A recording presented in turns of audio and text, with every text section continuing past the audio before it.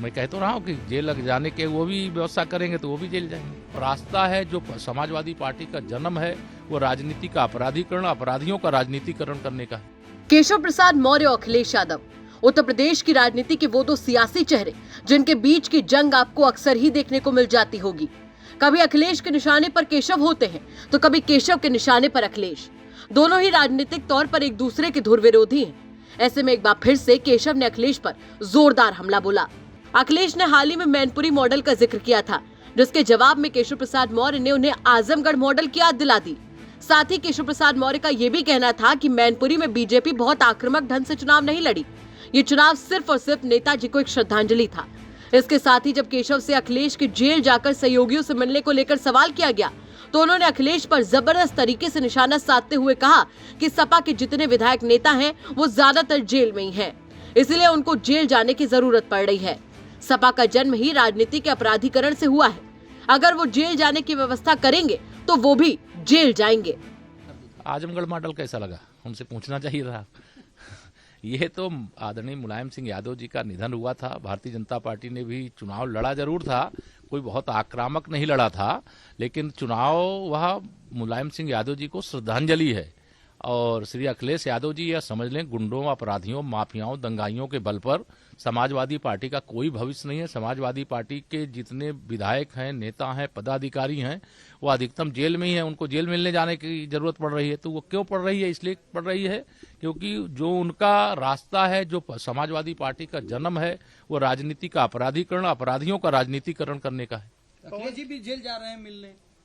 मैं कह तो रहा हूँ कि जेल लग जाने के वो भी व्यवस्था करेंगे तो वो भी जेल जाएंगे। वहीं राहुल गांधी की भारत जोड़ो यात्रा को लेकर भी केशव हमलावर नजर आए। उनका कहना था कि कितनी भी कोशिशें क्यों न हो जाएं, ये सभी पार्टियां बीजेपी का मुकाबला नहीं कर सकती। देखिए, कांग्रेस के द्वारा चाहे सपा को न्योता दिया जाए, सपा के द्वारा कांग्रेस को न्योता दिया जाए, यह सब आपस में एक हैं। भाजपा के खिलाफ एक हैं, माननीय प्रधानमंत्री श्री नरेंद्र मोदी जी के खिलाफ एक हैं, और यह इनके एजेंडे सेट हैं। कोई भ्रष्टाचारी है, कोई परिवारवादी है, कोई तुष्टीकरणवादी है, और किसी को भारत का विकास अच्छा नहीं लगता, किसी को भारत में गरीब कल्याण की योजनाएं अच्छी नहीं लगती, किसी को महिलाओं के सशक्तिकरण का काम अच्छा नहीं लगता, किसी को धारा 370 हटाया जाना अच्छा नहीं लगता, किसी को रामलला की जन्मभूमि पर भव्य मंदिर बन रहा है यह अच्छा नहीं लगता, किसी को ट्रिपल तलाक कानून बना दिया गया है यह अच्छा नहीं लगता। तो जब बहुत सारा कुछ अच्छा नहीं लगता है तो मुद्दे सब अलग अलग करके वो सब आपस में एक हैं, लेकिन आपस में एक रह करके भी भारतीय जनता पार्टी का यह सब कुछ नहीं बिगाड़ पाएंगे। माननीय नरेंद्र मोदी जी के 2024 में फिर से देश का प्रधानमंत्री बनाने के लिए मोदी जी का डंका भी बज रहा है और भारतीय जनता पार्टी का भी डंका बज रहा है। देश में तो बज ही रहा है, लेकिन उत्तर प्रदेश में हमें पूरा विश्वास है कि 80 में से 80 सीटें भारतीय जनता पार्टी के गठबंधन को मिले तो कोई आश्चर्य मत करेगा। वहीं केशव प्रसाद मौर्य ने तो विपक्ष के संस्कारों पर ही सवाल खड़े कर दिए। उन्होंने सीधे सीधे राहुल गांधी और अखिलेश यादव पर निशाना साधते हुए कहा कि अटल बिहारी वाजपेयी जी की जयंती पर उन्होंने ट्वीट करना भी जरूरी नहीं समझा, जबकि नेताजी के निधन पर पूरी बीजेपी उनके शोक में शामिल हुई थी। हालांकि जब उनसे पूछा गया कि राहुल गांधी ने तो अटल समाधि पर श्रद्धा सुमन अर्पित किए हैं, तो उनका कहना था कि इतना बवाल हो गया इसीलिए ऐसा किया है। देखिए, इनका सबका संस्कार ऐसा है। मैं कल देख रहा था श्री राहुल गांधी जी का ट्वीट भी और श्री अखिलेश यादव जी का भी ट्वीट। पूज्य अटल बिहारी वाजपेयी जी भारत रत्न हैं, भारत रत्न महामना मालवीय जी भारत रत्न हैं, और उनको जन्मदिन पर एक ट्वीट करने की भी जरूरत नहीं महसूस की है।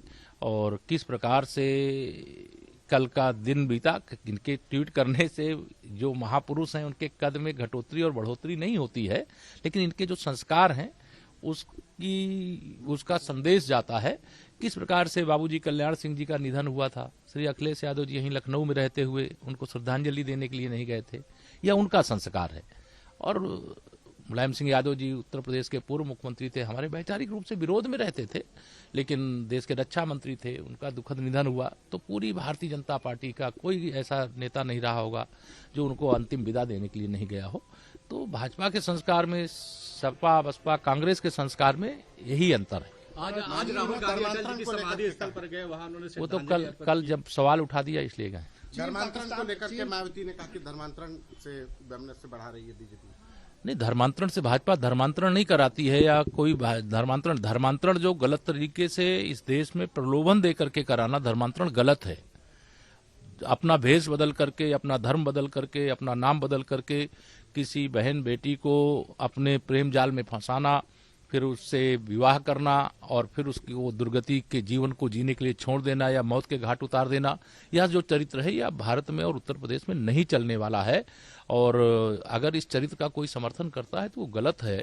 और मैं मानता हूं कि जो मतलब ऐसी घटनाएं हो रही हैं गैर कानूनी ढंग से, उसको रोकना उत्तर प्रदेश पुलिस की जिम्मेदारी भी है, और जो संगठन शिकायत करते हैं उसको संज्ञान भी लिया जाता है। शिया पर्सनल लॉ बोर्ड ने हजरत इमाम हुसैन के ये कहा है कि उनको सिलेबस में शामिल किया जाए, उनके बारे में पढ़ाया जाए। ये सीएम को पत्र भी लिखा है शिया पर्सनल लॉ बोर्ड ने, उनकी एक बैठक हुई। मुख्यमंत्री जी को पत्र लिखा होगा तो वो देखेंगे। केशव प्रसाद मौर्य न सिर्फ विपक्ष पर हमलावर नजर आए, बल्कि उन्होंने तो सीधे सीधे अखिलेश यादव पर निशाना साधते हुए वार्निंग ही दे डाली। देखना होगा कि सपा की ओर से और खासकर कांग्रेस की ओर से केशव को लेकर क्या पलटवार आता है। संतोष कुमार शर्मा के साथ ब्यूरो रिपोर्ट, यूपी तक।